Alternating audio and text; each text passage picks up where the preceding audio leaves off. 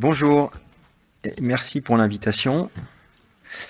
Et donc, les anti-jack, une première diapo sans intérêt. Je me disais que je faisais cette blague. Bon, vous n'avez pas rigolé. Non, je refais, c'est une diapo sans intérêt. Voilà. Donc, les anti-jack, c'est une nouvelle classe thérapeutique qui vient enrichir, comme l'a dit Anthony, l'arsenal. À côté des anti-TNF, des anti-IL-12, IL-23, anti-IL-23, du vedolizumab, des agonistes des S1P. Et donc, on a trois JAK inhibiteurs qui ont fait la preuve de leur efficacité. Ici, un essai thérapeutique publié en 2017 avec le tofacitinib, qui a montré donc voilà les éléments, les critères d'inclusion, des rectocolites modérés à sévères, et en fait une efficacité qui était significative en termes de rémission à l'induction avec deux études, Octave 1 et Octave 2, en termes de rémission également endoscopique, et puis en essai de maintenance, une grande différence entre le placebo et les doses de 5 ou 10 mg 2 fois par jour, et en fait ceci est lié à la rapidité par laquelle, quand on arrête le traitement, la maladie peut revenir. Hein. C'est une particularité avec les JAK inhibiteurs en essai thérapeutique sur la maintenance par rapport aux autres thérapies. On a également des essais avec donc le tofacitinib, efficace dans la rectocolite hémorragique, un essai thérapeutique négatif dans la maladie de Crohn. Le filgotinib, le même schéma, le même design d'étude avec une période d'induction, ici de 10 semaines, alors que le tofa c'était 8 semaines. Ici, 2 doses testées pendant 10 semaines, et les patients répondeurs sont ensuite traités en entretien à placebo 100 mg ou 200 mg. Et encore une fois, cette étude montre une efficacité aussi bien en termes d'induction de la rémission endoscopique ou de la rémission clinique ou de la rémission endoscopique, et également pour la maintenance. Et ce qui est intéressant, c'est ici, vous avez le taux de patients qui ont eu des échecs de thérapie préalable, et vous voyez que la grande majorité des patients avaient eu plusieurs biothérapies, et vous voyez plus de la moitié des patients, dans certains bras, ont eu anti-TNF, au moins un anti-TNF et le vedolizumab. Et donc l'essai de maintenance montrait également, pour la dose de 200 mg, une différence très significative avec le placebo. Et ce qui est intéressant avec les JAK inhibiteurs, là je montre les données avec le filgotinib, c'est la rapidité d'action. Vous avez ici la normalisation du nombre de la fréquence des selles, qui est très rapide. En quelques jours, on peut déjà avoir un signal. Ici sur le saignement, pardon, et ici sur le nombre de selles qui est plus lent. Mais donc le saignement, un effet très rapide, qui est intéressant dans la pratique clinique, en particulier dans les formes sévères. Et puis, il y a donc le filgotinib, des essais positifs dans la rectocolite hémorragique, mais négatifs dans la maladie de Crohn, encore une fois, et l'upadacitinib, qui a aussi démontré son efficacité dans la rectocolite hémorragique, et ici un essai thérapeutique dans la maladie de Crohn, avec une période d'induction, ici vous voyez, de 12 semaines, et encore une fois, les patients répondeurs étaient randomisés entre placebo ou 2 doses d'upadacitinib. Donc la dose d'induction pour l'upadacitinib, c'était 45 mg une fois par jour, et 2 doses étaient testées dans la maintenance, et vous avez ici les critères principaux d'évaluation. Cette étude, elle est intéressante également, elle est positive, elle montre une supériorité de l'upadacitinib sur le placebo dans ces 2 études parallèles, UXID et UXL, donc vous voyez une différence significative avec le groupe placebo. Ce qui est intéressant également, encore une fois, pour l'induction, c'est, alors on n'est pas en jour ici, on est en semaine, mais une induction assez rapide ici en termes de pourcentage de patients en rémission clinique. Et vous voyez que le plateau est atteint finalement assez rapidement. Et puis, encore une fois, la maintenance de l'upadacitinib a été testée contre placebo avec, ici pour la dose cumulée 15 ou 30 mg, une différence très significative avec le groupe placebo. Ce qui est intéressant avec les JAK inhibitors par rapport à d'autres classes thérapeutiques, c'est leur éventuelle efficacité sur les spondyloarthropathies, les formes axiales. On sait qu'on a les anti-TNF qui sont très efficaces dans ces indications, mais pas mal de nos patients ont un problème de spondyloarthropathie axiale, et les anti-TNF ne marchent pas sur la maladie luminale, donc on est obligé d'associer d'autres traitements. Ici, les JAK inhibiteurs pourraient avoir, alors c'est très préliminaire, une efficacité sur les manifestations périphériques ou axiales articulaires. Et donc là, on voit ici, par exemple, une supériorité pour la maintenance qui suggère, enfin, qui montre un bon signal d'efficacité. Alors, il y a des précautions d'emploi qui sont très importantes. des contre-indications avec les JAK inhibiteurs, en particulier la tuberculose, mais ça c'est comme pour les autres biothérapies qu'on a utilisées. Une précaution très importante pour les patients qui ont eu un cancer au cours des 5 dernières années. Et il faut retenir également, et ça c'est on est un peu moins habitué par rapport aux anticorps monoclonaux, ces contre-indications sur les insuffisances rénales terminales ou les insuffisances hépatiques sévères. Et puis, comme je vais le redire, des informations importantes sur grossesse et allaitement où le traitement est contre-indiqué. Il y a bien sûr, comme pour toutes les thérapies ciblées ou les biothérapies, des vaccins, des précautions à prendre. Et il y a un risque spécifique de zona qui est un peu plus élevé, on le sait, par rapport aux autres biothérapies, notamment sous tofacitinib à 10 mg 2 fois par jour en entretien ou sous upadacitinib à 30 mg par jour en entretien. Et c'est ici que le vaccin, le Shingrix, qui je crois qu'il n'est toujours pas officiellement remboursé, mais sera un vaccin intéressant que l'on pourra donner aux patients, en sachant que c'est un vaccin qui n'est pas vivant, contrairement aux Zostavax qui est déjà disponible. Alors, il y a, comme vous le savez tous, il y a un bémol. C'est qu'il y a eu un signal de safety sur les JAK inhibiteurs qui a été soulevé par l'EMA et la FDA. Et en particulier, la FDA avait demandé une étude dans la polyarthrite rhumatoïde sous tofacitinib, de tester ces médicaments, notamment la sécurité, chez des patients âgés de plus de 50 ans et ayant des facteurs de risque cardiovasculaires. Et donc cette étude orale surveillance, dont je vais reparler, et qui a montré un surrisque de manifestations thromboemboliques et de cancer chez des patients ayant ces facteurs de risque de plus de 50 ans. Cependant, comme vous allez le voir, le surrisque était quand même assez modeste. Il est significatif, il est présent, donc on ne peut pas le négliger.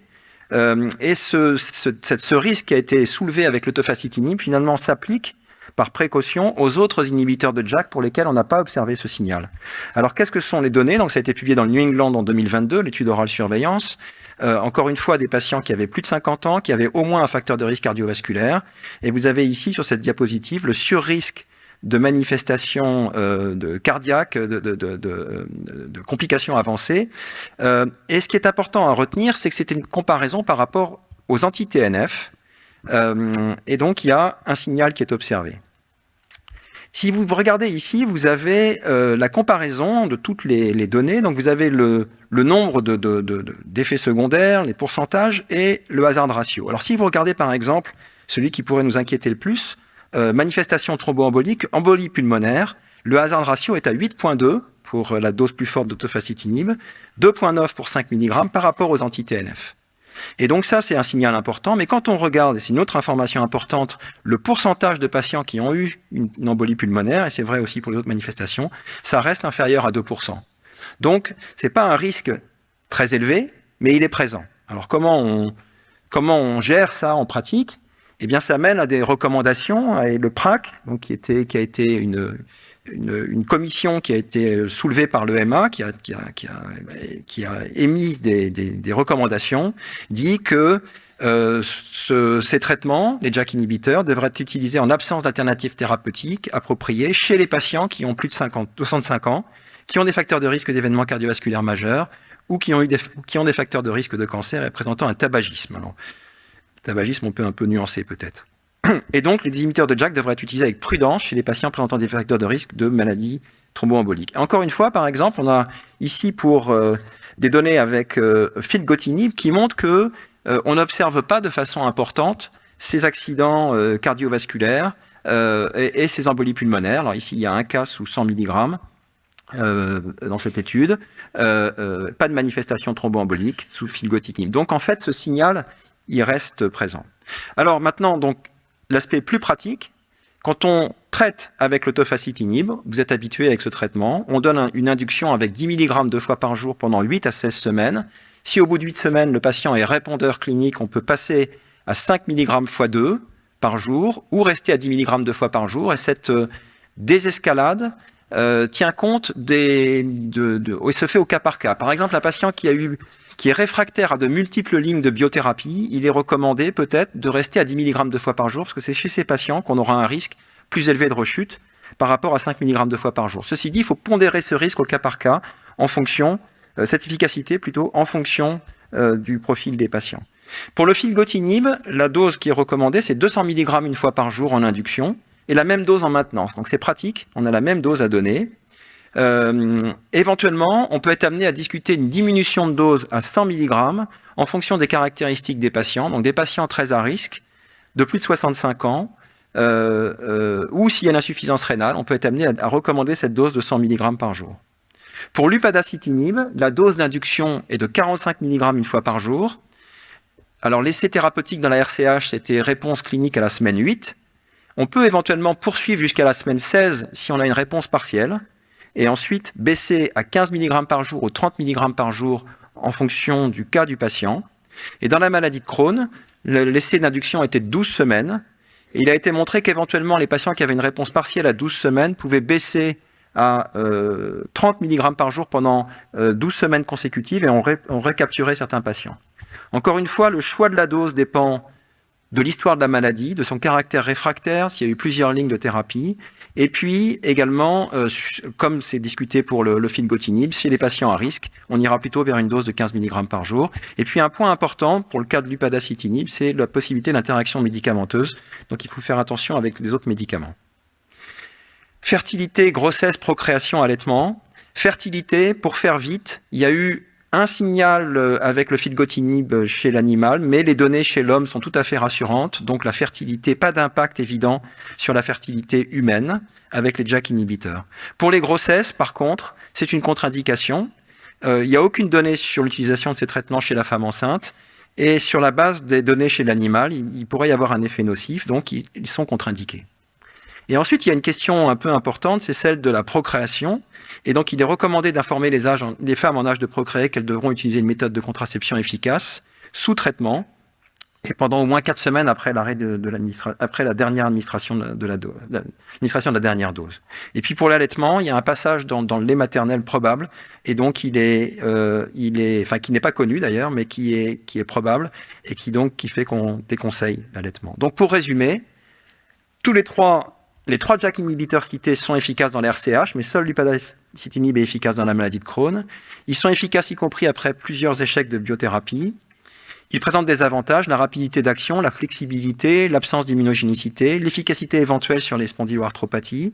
Il y a des contre-indications, notamment les grossesses et l'allaitement. La dose efficace la plus faible permettant le maintien de la rémission doit être utilisée. Et ça, c'est encore une fois une médecine adaptée à chaque cas, où on évalue le ratio bénéfice-risque. Et puis ces recommandations pour les patients à risque, mais je crois que j'ai suffisamment insisté. Voilà, merci pour votre attention, et puis je prendrai les questions. Juste une question, parce qu'on est un peu en retard. Devant. Super presse, bravo. Donc, de clinicien à clinicien, en pratique, comment tu fais dans la rectocolite hémorragique pour choisir entre les trois ? Tu nous as donné quelques pistes là, mais comment tu choisis ? Pour l'instant, j'ai utilisé surtout le tofacitinib, et puis récemment le filgotinib, du fait des remboursements. Je n'ai pas encore d'expérience personnelle avec l'upadacitinib dans la rectocolite hémorragique. J'en ai dans la maladie de Crohn.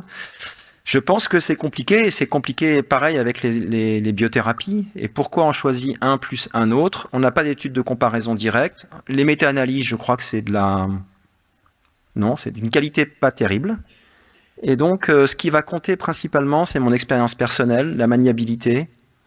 Dans la maladie de Crohn, il n'y a pas le choix, c'est l'UPADA. Voilà, donc c'est une réponse de Normand. C'est pas du peut-être ben oui, peut-être ben non, mais je ne sais pas très bien comment choisir entre les trois. Je dirais que je vais favoriser peut-être les 2 derniers JAK inhibiteurs pour la safety, en sachant qu'on a moins de signaux négatifs pour ces 2 traitements. Et ensuite, je vais faire particulièrement attention à la dose, baisser la dose de maintien quand on peut, voilà. Et pour l'instant, c'est un peu tôt pour avoir une opinion claire là, sur lequel utiliser. Je sais pas, si quelqu'un a une opinion, je serais intéressant de l'entendre. On a une question de Anne, et après, on passe au topo d'après. Bonjour Mathieu, je trouve que c'est une question importante, la question justement de la contraception, parce que tu parles de la contraception quand une jeune femme on doit prendre notamment un anti-JAK. Quel type de contraception justement tu conseilles dans le cadre notamment des sur-risques liés à la thrombose ou au cardiovasculaire ? En fait, c'est qu'on est habitué à ça avec le méthotrexate. Et donc on recommande après, ça peut être n'importe quelle contraception, et donc là moi je suis pas spécialiste. Par rapport au le risque de thrombose. On Je crois que demandera à ça, notre non. Les gynécologue dernières qui contraceptions termine sont microdosées, n'augmentent pas le risque de thrombose. Mais effectivement, thrombose, c'est un truc clé. Ça paraît que j'ai pas eu tellement de temps de le discuter, mais en pratique, dans la rectocolite hémorragique un peu sévère, la métropole un peu sévère, on donne volontiers des anticoagulants. On les favorise des HBPM. Et parce qu'il y a ce surrisque, mais déjà, on a ce risque majeur dans les MICI. Donc voilà, c'est de la bonne pratique. Les thromboses, c'est une obsession. Laurent parlait tout à l'heure des risques de cancer de l'anus. On a perdu des malades avec des cancers de l'anus, des cancers et des thromboses. Beaucoup plus que des infections dont on parle tout le temps d'ailleurs. Merci Mathieu, on va Merci. enchaîner.